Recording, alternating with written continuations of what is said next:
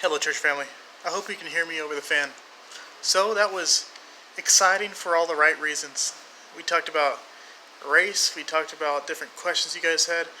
I know we went on many different tangents, which I was warned about, so I knew. But I just want to address some of the things that maybe went to the wayside. So, if I remember, one young lady was talking about her time in Africa. Now, I must say that even in Africa, there is so much racism, right? There is languageism, sexism, what have you, right? I remember being on the other side of the globe, seeing the men under the trees and the women doing all the hard work. What's the issue with that? Culture, right? Alright, I think it was David who was talking about white privilege. I didn't want to say it, but he mentioned something about white privilege. I hate to use that. Privilege, it's more of like standard standard standard rights. Standard rights for whites, right? Maybe jogging through a neighborhood without a hoodie. Maybe being pulled over and not having a gun pulled on you. The famous video that I'd like to point you guys towards is the Jerry video. Jerry being pulled over. Just search on YouTube. Jerry being pulled over. What it is Jerry being, I guess, arrested or detained by the cops. But Jerry ain't having it. But his wife or his partner in life seems to be recording this video, and Jerry ain't having it. Jerry is fighting, and what the funny thing is the person who is recording the video is like, Jerry, stop it, Jerry, Jerry. Jerry's just fighting, right, with the cops. But the thing is, he does not get caught.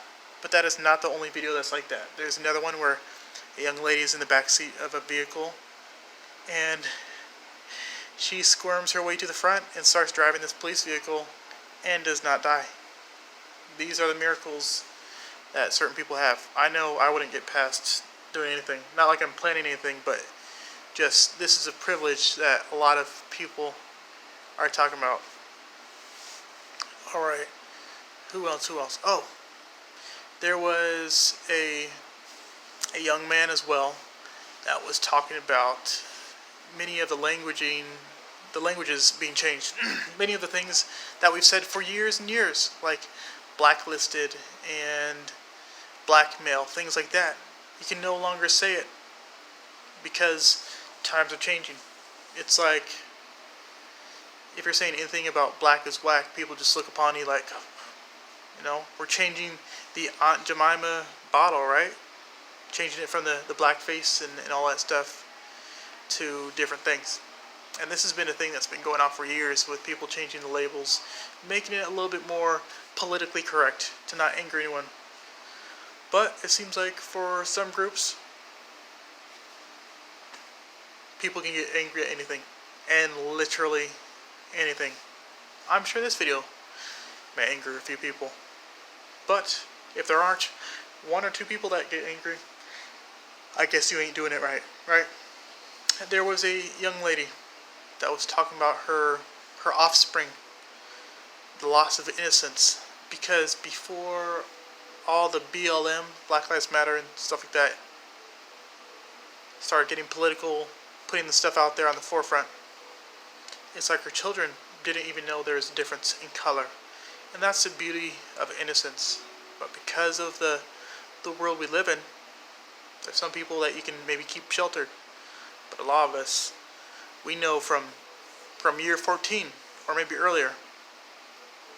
I just know my time when I knew that I wasn't able to just pass by was when I was on the sidewalk with my mom. And there was a lady that was coming up, walking towards us, and she clutched her purse like I was about to snatch it out of her hands. Which is crazy, right? Snatch it out of her hands. I just know, just because I know the way people respond to me, in some situations I will actually go across the street, and I don't want to seem like Birth of a Nation type of vibe. In Birth of a Nation, which was a movie that came out, I want to say 1915. Yeah, it depicted a Caucasian gentleman in blackface who accosted a young lady in a forest.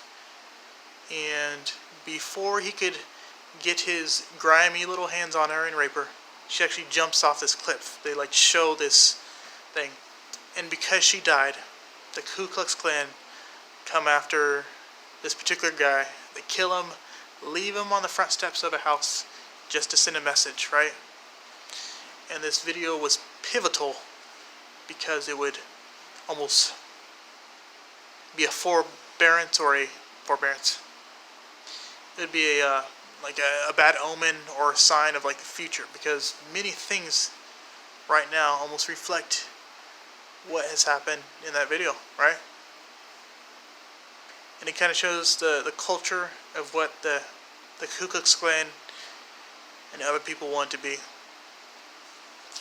Alright, I'm just thinking about all these questions, seeing if I missed anyone.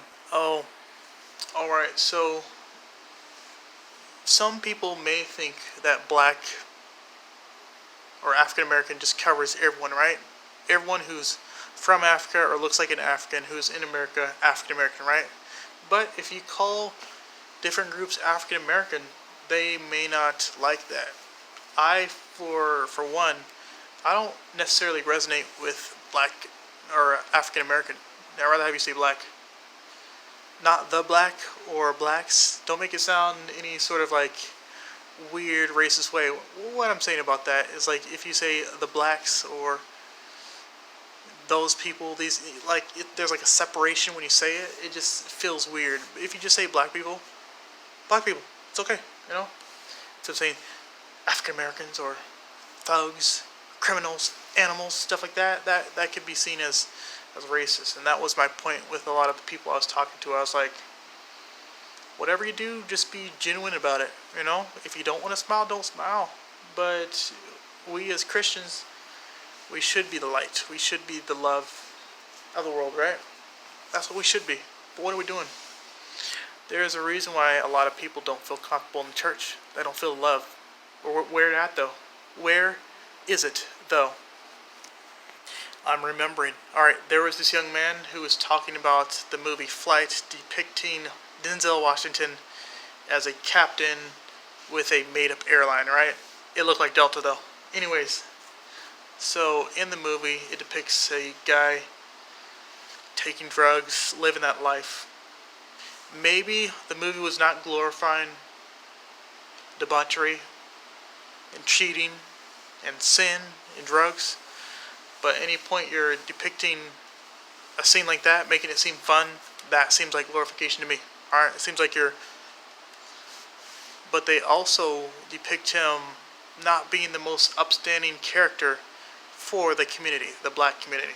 So the question, I believe, was why would Denzel Washington kind of maybe let down his community by playing this character? Well, I made it spiritual. I always like to go spiritual with this stuff. There's a battle of good and evil, right? I think that watching television takes us away from the Bible, takes us away from helping others. But there's another part of this. Denzel Washington, I don't know what God he serves. I don't know anything about that. But Hollywood is a powerful source. And maybe he's the actor, but Hollywood, writes the scripts. Alright, just remember that. So, whatever agenda they have, that'll go in the videos. That's why you behold something, you become changed. That's why that video in particular was very hard for me to watch. I don't want any change like that. Drugs, airplanes crashing, things like that, they don't mix. Drugs and when you take drugs, airplanes crash, but airplanes and drugs do not mix. Anyways, my point is, there's a reason they call television programming. Everything we watch has a little effect on us. You, just by watching this, will maybe want to subscribe to this channel. Maybe not. Maybe not. There was a guy who was on this talk as well, and he talked about the crime in places like Chicago. I worked on explaining that many of the reasons why some of these places are rough. There's drug problems, there's crime amongst black folk, is because it's kind of set up to be that. And since I just watched the 13th on Netflix, which can open your eyes to many different things, I know it doesn't count for fathers not being fathers or things of that nature, but there's like when there's no leaders in the community, perhaps the leaders have been stripped, perhaps killed, perhaps their name has been taken down. Maybe there's drugs, maybe there's a lack of money, resources, things like that. And people are maybe running away from issues in other cities. The reason a lot of these black cities came on the map, or cities that have a lot of black people, is because these were refugees running away from issues, right? Maybe a lot of the people in Chicago came from the South, right?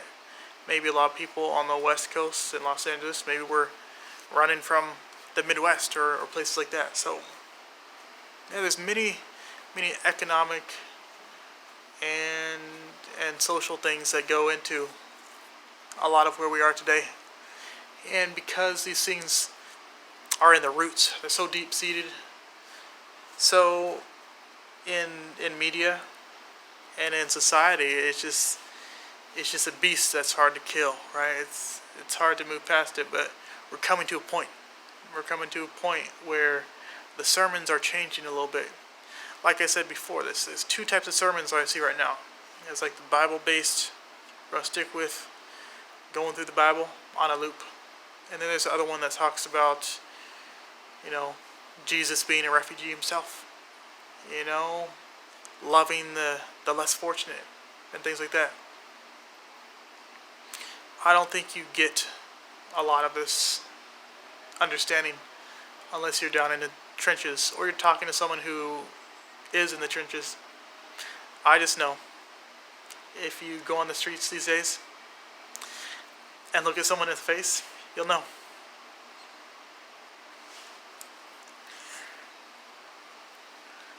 People need help out there, man. They need help. It's like they feel like they have no future.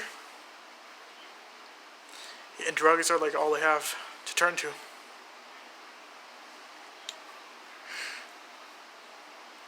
We gotta do better, church. We gotta do better.